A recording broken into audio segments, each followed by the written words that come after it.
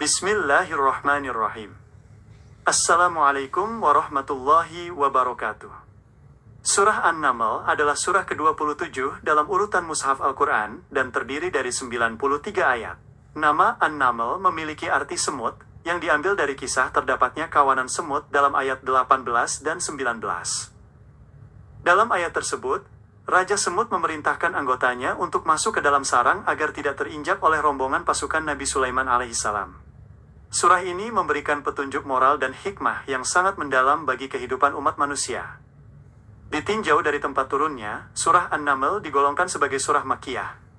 Karena diturunkan di kota Mekkah sebelum Nabi Muhammad SAW melakukan hijrah ke Madinah. Pokok bahasan utama dalam surah Makkiyah ini berfokus pada penanaman akidah, penguatan tauhid, pembuktian keesaan Allah Subhanahu wa Ta'ala, serta pembahasan mengenai hari kebangkitan dan pembalasan di akhirat kelak. Secara garis besar, isi kandungan surah An-Naml memuat kisah para nabi pilihan Allah Subhanahu wa Ta'ala sebagai ikhtibar dan pelajaran bagi umat manusia.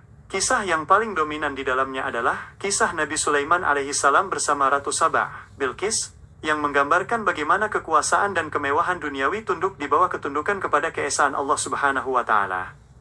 Selain kisah Nabi Sulaiman alaihissalam, surah ini juga menceritakan kisah Nabi Musa alaihissalam ketika menerima wahyu pertama di Bukit Tursina, kisah Nabi Soleh alaihissalam saat berhadapan dengan pembangkangan kaum Thamud, serta kisah Nabi Lut alaihissalam yang menghadapi kemungkaran kaumnya.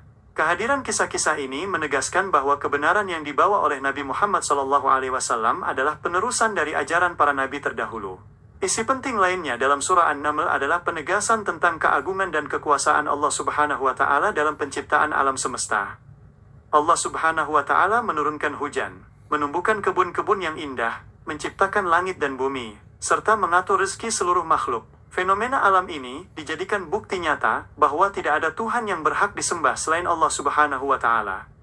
Surah An-Naml juga membahas tentang keagungan Al-Quran sebagai petunjuk dan berita gembira bagi orang-orang yang beriman. Al-Quran hadir untuk menjelaskan berbagai perkara yang diperselisihkan oleh Bani Israel, sekaligus menjadi penawar bagi ketidaktahuan manusia. Allah Subhanahu wa Ta'ala menegaskan bahwa ilmu manusia sangat terbatas dibandingkan ilmunya yang maha luas. Di samping itu, surah ini menyinggung tentang keniscayaan datangnya hari kiamat dan peristiwa-peristiwa dahsyat yang akan terjadi padanya. Allah Subhanahu wa Ta'ala menggambarkan bagaimana manusia akan dikumpulkan dan dihisap atas segala amal perbuatannya di dunia. Bagi orang yang bertakwa akan mendapatkan kebahagiaan, sedangkan bagi yang ingkar akan menerima balasan yang adil. Sikap mukmin yang ideal juga digambarkan secara jelas melalui rasa syukur yang dicontohkan oleh Nabi Sulaiman alaihissalam.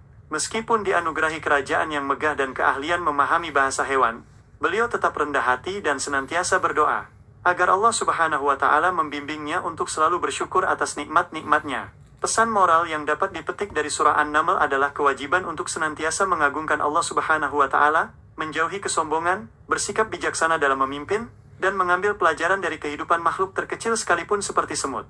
Semua kisah dan petunjuk di dalamnya menjadi penguat hati bagi Nabi Muhammad SAW dan seluruh umatnya dalam mengarungi kehidupan. Al-Quran adalah samudra hikmah yang tak pernah kering, cahaya penerang di kala gelap, dan petunjuk setia bagi setiap jiwa yang merindukan kedamaian hakiki. Semoga setiap bait ayat surah An-Naml yang kita baca dan renungkan mampu melunakkan hati yang keras, menumbuhkan benih-benih rasa syukur, serta menuntun langkah kaki kita menuju keridhaannya. Terima kasih atas segala perhatiannya. Semoga Allah Subhanahu wa Ta'ala selalu melindungi kita dalam kebaikan dan mendapat keberkahan dari Al-Quran. Wabillahi taufiq wal hidayah. Wassalamualaikum warahmatullahi wabarakatuh.